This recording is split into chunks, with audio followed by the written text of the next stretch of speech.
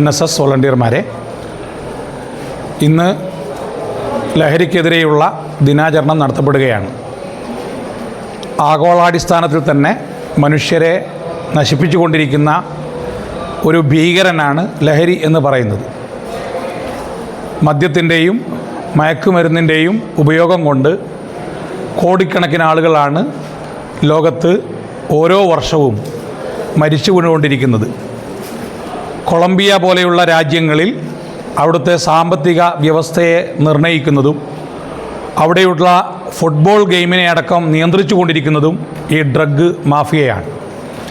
മലയാളക്കരയിൽ ശ്രീനാരായണ ഗുരുവിനെ പോലെയുള്ള മഹാന്മാരായ പരിഷ്കർത്താക്കൾ മദ്യം വിഷമാണ്, അതുണ്ടാക്കരുത്, അത് കൊടുക്കരുത്, അത് കുടിക്കരുത് എന്നുള്ള ആശയം മലയാളികളെ പഠിപ്പിക്കുകയുണ്ടായി. നിങ്ങളുടെ കയ്യിൽ കള്ള് ചെത്താൻ ഉപയോഗിക്കുന്ന ഒരു കത്തിയുണ്ടെങ്കിൽ അതൊരു പാറപ്പുറത്തേക്ക് വലിച്ചെറിഞ്ഞ് പൊട്ടിച്ച് എന്നിട്ട് 2 ക്ഷൗരക്കത്തികൾ ഉണ്ടാക്കി അതുകൊണ്ട് ക്ഷൗരം ചെയ്ത് ജീവിക്കലാണ് നിങ്ങൾക്ക് കള്ള് ചെത്തിവിറ്റ് ജീവിക്കുന്നതിനേക്കാൾ നല്ലത് എന്നായിരുന്നു ഗുരുദേവൻ മലയാളികളെ പഠിപ്പിച്ചത്. പക്ഷേ ആ മലയാളക്കരയിൽ പോലും ഇന്ന് മദ്യത്തിൻ്റെ ദുരന്തങ്ങളുടെ ഒരുപാട് കണക്കുകൾ നമുക്ക് കേൾക്കാൻ കഴിയും. കല്ലുവാതുക്കൽ ദുരന്തം, വൈപ്പിൻ ദുരന്തം, മട്ടാഞ്ചേരി ദുരന്തം, അങ്ങനെ നിരവധി പ്രദേശങ്ങൾ മദ്യത്തിൻ്റെ പേരിൽ ആളുകൾ മരിച്ചു വീണതിൻ്റെ കഥകൾ നമുക്ക് പറയാനുണ്ട്. അലർവിൻ മക്കളെ എന്ന പേരിൽ യൂസുഫ് അലി കേച്ചേരി ഇതുപോലെയുള്ള ഒരു മദ്യ ദുരന്തത്തെ, എൻ്റെ ഓർമ്മ ശരിയാണെങ്കിൽ വൈപ്പിൻ ദുരന്തത്തെ ആസ്വദിച്ചെഴുതിയ വളരെ വിശ്രുതമായ ഒരു കവിത തന്നെയുണ്ട്.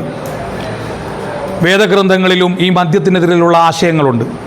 നിശ്ചയമായും ചെകുത്താൻ ഉദ്ദേശിക്കുന്നത് നിങ്ങൾക്കിടയിൽ ശത്രുതയും വിദ്വേഷവും വളർത്തുവാനും ദൈവസ്മരണയിൽ നിന്ന് നിങ്ങളെ തെറ്റിച്ചു കളയുവാനും നിങ്ങളെ പരസ്പരം അകറ്റുവാനും വേണ്ടി മാത്രമാണ് ഈ മദ്യത്തിലൂടെയും ചൂതാട്ടത്തിലൂടെയും. അതുകൊണ്ട് നിങ്ങൾ വിരമിക്കാൻ തയ്യാറില്ലേ എന്ന ചോദ്യം വിശുദ്ധ ഖുർആൻ ഉന്നയിക്കുന്നുണ്ട്.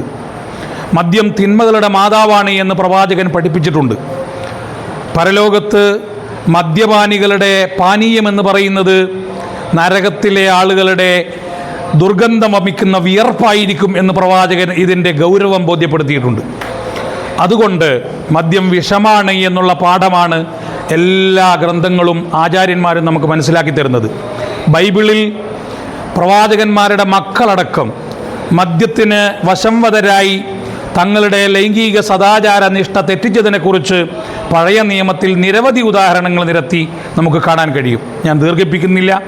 അതുകൊണ്ട് മനുഷ്യരുടെ ആരോഗ്യം കാർന്നു തിന്നുന്ന യുവാക്കളെ പ്രത്യേകിച്ച് വശീകരിച്ചുകൊണ്ട് പ്രത്യേക പേരുകളിൽ സ്റ്റിക്കറുകളുടെ രൂപത്തിൽ, മധുരമിഠായികളുടെ രൂപത്തിൽ ഒക്കെ കടന്നു വന്ന് വശീകരിച്ച് അതിൻ്റെ പേരിൽ അടിപിടി കൂടുന്ന ഒരു സംസ്കാരത്തിലേക്ക് നമ്മുടെ പ്രദേശത്തെ പല കലാലയങ്ങളും വരെ മാറിക്കൊണ്ടിരിക്കുന്നത് ഈ മദ്യത്തിൻ്റെയും മയക്കുമരുന്നിൻ്റെയും ഒക്കെ ലഹരിയിലാണ് എന്നുള്ള തിരിച്ചറിവോടുകൂടി ഇന്നത്തെ ഈ ദിവസം ആ മദ്യവും മയക്കുമരുന്നും മറ്റ് ലഹരി പദാർത്ഥങ്ങളും കൈകൊണ്ട് തൊടുകയില്ല, ഉപയോഗിക്കുകയില്ല എന്നുള്ള പ്രതിജ്ഞ നിങ്ങൾ എടുക്കുന്നത് അത് ഏറ്റവും അർത്ഥം ഉൾക്കൊണ്ടുകൊണ്ടായിരിക്കണം എന്ന് മാത്രമാണ് എനിക്ക് സൂചിപ്പിക്കുവാനുള്ളത്. അങ്ങനെ മദ്യപിശാചത്തിനെതിരെ, ലഹരിക്കെതിരെ നമുക്ക് ഒരുമിച്ച് മുന്നേറാം. ഈ മുന്നേറ്റത്തിന് NSSൻ്റെ എല്ലാ പ്രവർത്തനങ്ങൾക്കും ഹൃദയംഗമമായ ആശംസകൾ നേർന്നുകൊണ്ട് നിർത്തുന്നു. നന്ദി, നമസ്കാരം.